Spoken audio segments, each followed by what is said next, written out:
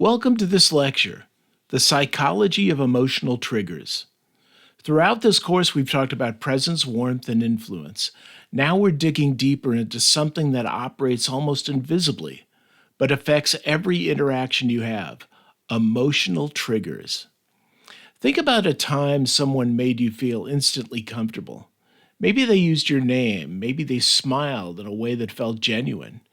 Maybe they shared a story that reminded me of your own experiences. Those are emotional triggers at work. Emotions drive human behavior far more than logic does. And charisma, at its heart, is about creating positive emotional states in others. In this lecture, we'll explore what triggers are, how to spot them, how to use them in ways that are ethical, respectful, and deeply effective.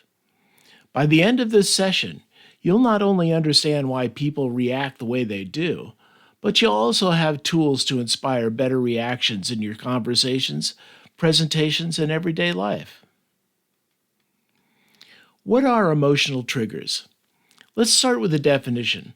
Emotional triggers are stimuli, things we see, hear, or experience that create an immediate emotional reaction. These reactions can be positive, like feeling excited, valued, or inspired, or negative, like feeling defensive, anxious, or unimportant. For example, think about hearing your name unexpectedly in a crowded room. You probably perk up, right? That's a trigger. Or consider how you feel when someone uses a sharp tone. Your shoulders might tense. You might feel less open. Triggers aren't universal. What triggers me might not trigger you. Some people light up when they get public praise. Others feel embarrassed or put on the spot. As someone developing charisma, your first job is to become aware of these dynamics. The more you pay attention, the more you can see what lights people up and what shuts them down almost instantly. Common positive triggers. Let's talk about some of the most common positive triggers, the things that almost always make people feel good. One is feeling valued. Everything is simple as Something as simple as using someone's name in conversation signals, I see you. You matter. Thanks for your help, Jamie, lands very differently than just thanks. Another trigger is feeling understood.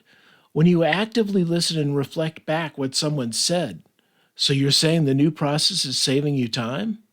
They feel heard on a deeper level. Shared joy is another powerful trigger. Humor, laughter, and celebrating small wins together creates instant bonds. Then there's validation. A well placed compliment. You handled that situation really well. Can light someone up for the rest of the day. Curiosity also triggers engagement. When you tell a short, intriguing story or ask an open ended question, you invite others to join you. And finally, a sense of safety.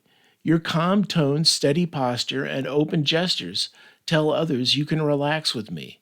You're safe here. Recognizing triggers in others. So, how do you know what's triggering someone in real time? Pay close attention to their facial expressions. A sudden smile, raised brow, or bright eyes show you've touched on something positive. A frown or tightened lips might signal discomfort. Watch their body language. Do they lean in and nod? Do they pull back and cross their arms? These small cues reveal what's happening internally. Listen to the changes in their tone of voice. The more enthusiastic tone might mean you've hit on something they care about. Notice repeated topics. If someone brings up their family or a recent project several times, that's an emotional touch point for them. You can also uncover triggers by asking open ended questions. What's been the highlight of your week? Or what drew you to this project? And finally, stay flexible. If you see someone light up, explore that. If you sense hesitation, ease off or change your approach. Using triggers ethically. Now that you're becoming aware of triggers, it's important to talk about them ethically. Charisma isn't manipulation. It's about connecting in ways that make others feel good, not tricking them or pushing them into something they don't want. So use triggers to build trust. Highlight strengths. I've noticed how much attention you give to details. People appreciate that. Use humor that includes everyone, never at someone else's expense.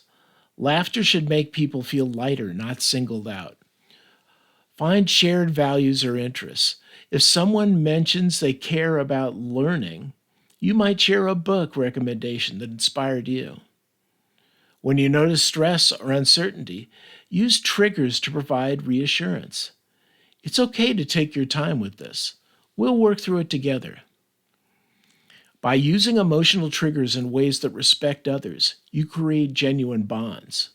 People don't just like charismatic individuals, they feel safe and valued with them. Practice and apply. Let's close with some simple ways to practice. First, identify 3 emotional triggers that work on you personally. What makes you feel valued?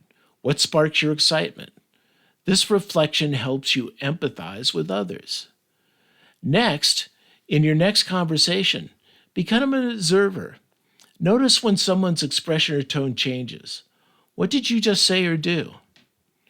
Try using someone's name in a greeting or offering a special compliment and watch what happens.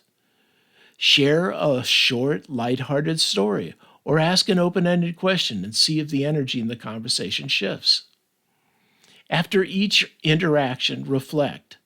Which triggers seem to create positive energy? Which ones fell flat? With every conversation, you're building your awareness, fine-tuning your delivery, and becoming more charismatic in a way that feels natural and authentic.